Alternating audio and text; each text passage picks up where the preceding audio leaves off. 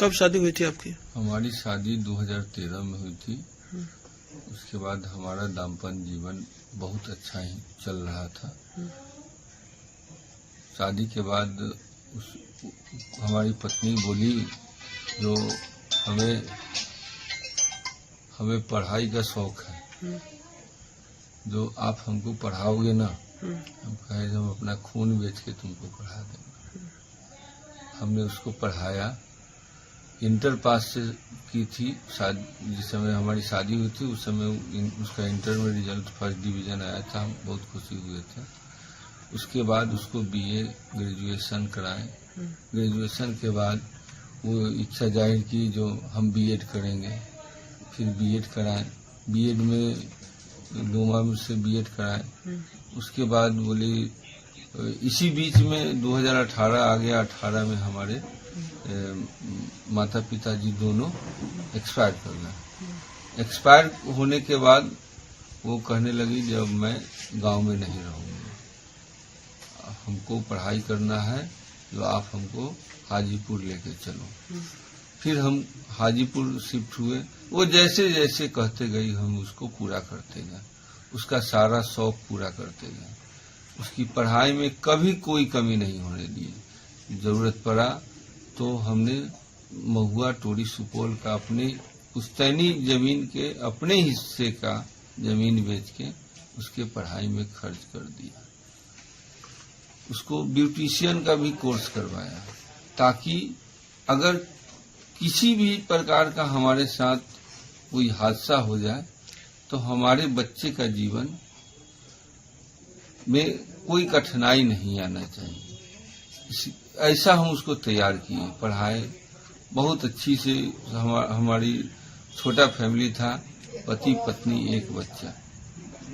झगड़ा भी नहीं होता था हम लोग का, बहुत कम, मतलब पति पत्नी में होता है रोज, ऐसा कुछ नहीं होता था।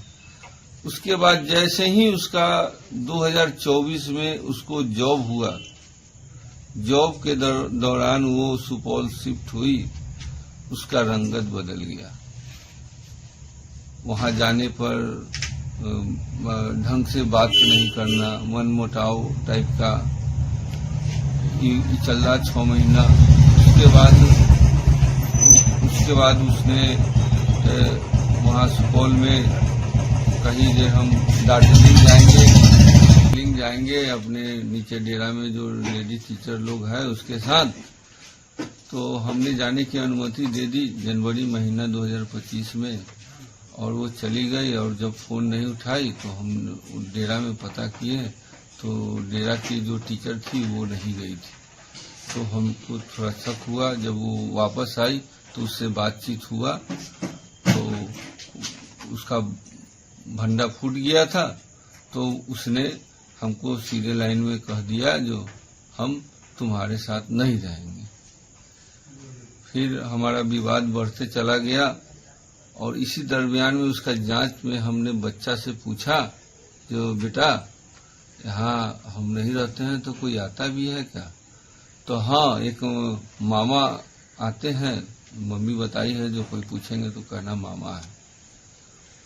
तो कैसा दिखते हैं? तो है हेल्दी है, उन्हीं वो रहते हैं, 2 दिन रह के तब जाते हैं। फिर हमने मकान मालिक से इधर उधर से पता किया तो ये बात में सच्चाई आई। फिर उसके मामा को हमने इन्फॉर्म किया, लेकिन मामा ने भी इस पर कोई संज्ञान नहीं किया। उल्टा हम ही को कहे वो आपके साथ नहीं रहेगी, आप क्या कर लीजिएगा। उसके बाद वो विवाह विच्छेद का एफआईआर कर दी। उसके बाद न्यायालय में मामला चला गया। वो न्यायालय में बोली, जो आप सबूत लाओ। 6 महीना से उसके पीछे लगे हुए थे।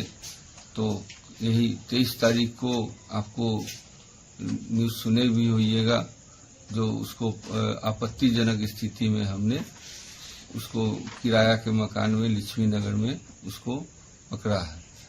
और जब उसको हम आपत्तिजनक में पकड़े और बाहर से गेट लगा दिए, तो मकान मालिक का एंट्री हो जाता है। मकान मालिक हमको मारने की धमकी दी, मोबाइल भी छीन लिया।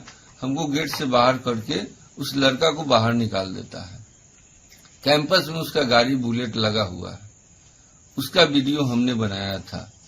और हम जब बाहर जाते हैं तो फिर देखते हैं उस लड़का उसी बुलेट से आ रहा है, तो वहां नुक्कड़ पे, तो तब तक हमने 112 को कॉल कर दिया था।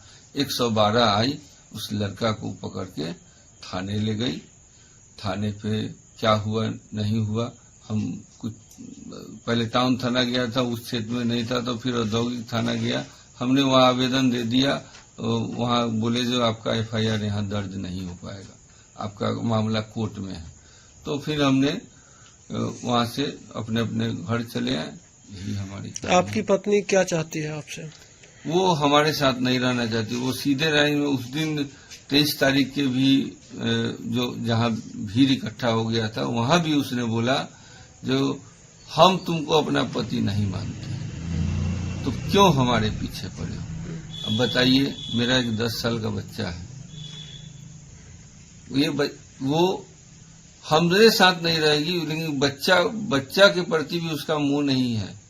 1 साल से बच्चा मेरे पास है, एक बार भी पलट कर उससे बात नहीं की है।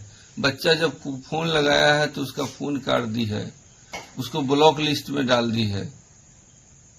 उस औरत से क्या उम्मीद रखते हैं? जब वो आपके पत्नी आपके पास आती है, रहना चाहती है, तो क्या उसको एक्सेप्ट करेंगे? नहीं, अब नहीं। अब हमारी इज्जत को इतना धज्जी उड़ा दी है जो अब उसको एक्सेप्ट करना हमारे बस की चीज नहीं।